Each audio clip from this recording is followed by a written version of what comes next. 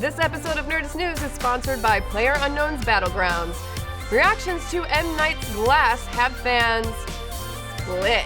Ever since M. Night Shyamalan's psychological horror thriller Split hit theaters in 2016 and ended with the reveal that the whole film was a stealth sequel to his 2000 superhero classic Unbreakable, fans have been excited to see the third chapter in Shyamalan's subversive superhero series.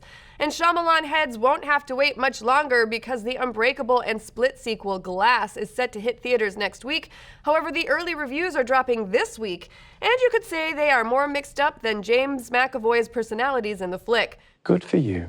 Reviews have ranged from Geek Tyrant's unexpected and awesome movie-going experience to Slash Film's M. Night Shyamalan superhero sequel is anything but super. So we're rounding up the best, the worst, and the, wait, really? Reviews for M. Night Shyamalan's Glass. Now before we break it down, be sure to subscribe so you can get all of our videos diving deep into everything DC, Marvel, Star Wars, and more. And last warning, before we dive into today's episode, like David Dunn into a pool of water, you should know that today's Nerdist News contains reactions and potential spoilers, so if you want to see Glass with fresh eyes, you might want to get off this train. Passengers aren't allowed in there. Now, because we like to keep things positive, let's start off with the good. Monica Castillo from The Wrap said, "There is enough experimentation, such as the stirring POV shots during the fight scenes, that shows a director still pushing his craft to bring his viewers something new. He's not done surprising us." IO9's Germaine Lucier writes, "Glass's first hurdle is telling a story that connects everything in a satisfying, logical way.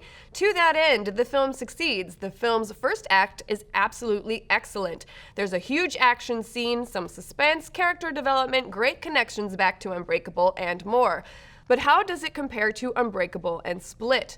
The folks over at Empire Magazine say Glass is essentially a Split sequel with an Unbreakable topping. This is weaker than either of those films, but still has a decent amount of entertaining and creepy sequences, most of them due to McAvoy's high-commitment performance.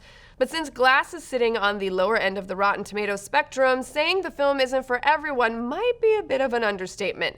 Mike Ryan from Uproxx says, "I did not enjoy this movie, and I consider it, after a 19-year wait, one of the biggest personal disappointments I've ever experienced in a theater." Ryan continues, "It's almost like Shyamalan was trying to make his own version of The Last Jedi, a meta deconstruction of what came before. In this case, superhero movies, only he got too engrossed in the deconstruction part and forgot to make it entertaining.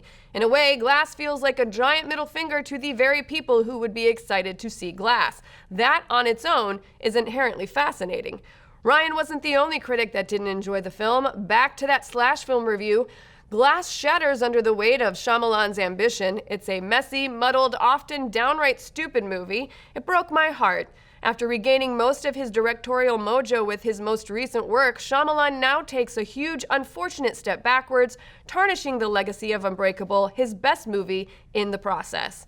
Sam Adams from Slate does a good job summarizing what a lot of people's issue with the film is, saying, "Although he's made 3 movies about them, Shyamalan doesn't actually seem to know much about comic books, and he's certainly got nothing to say about their journey to cultural dominance." And now for a few reactions that will make you say, "Wait, really?"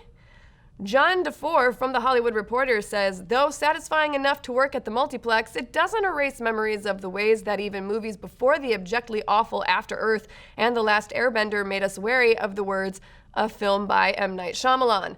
Vinny Mancuso from Collider also had a word of warning for fans of the previous film, saying, "I can also confidently predict that the ending is going to piss more than a few people off." Mancuso continued, "Glass is still a spectacle, but in a singularly un-Marvel manner. It's not gods dropping from the sky, it's gods toiling in the earth.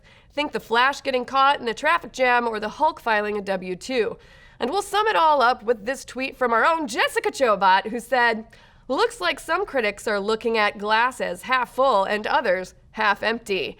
I'm at least the 1,000th person to make that joke by now.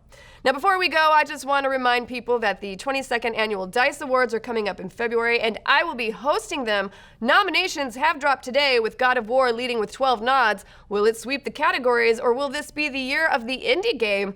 We'll give you more updates as we get closer to the show. In the meantime, What do you folks think? Do these reviews make you more or less likely to see Glass? Would you like to see more superhero films from Shyamalan? And if Marvel made a film entirely about the Hulk filing his tax paperwork, like Vinny Mancuso suggested, would you watch it?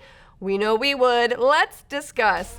Thanks again to PlayerUnknown's Battlegrounds. Strap on a pair of boots, grab your gear, and get ready to hit the snow because PUBG's latest map, Vikendi, is just around the corner for the PlayStation 4.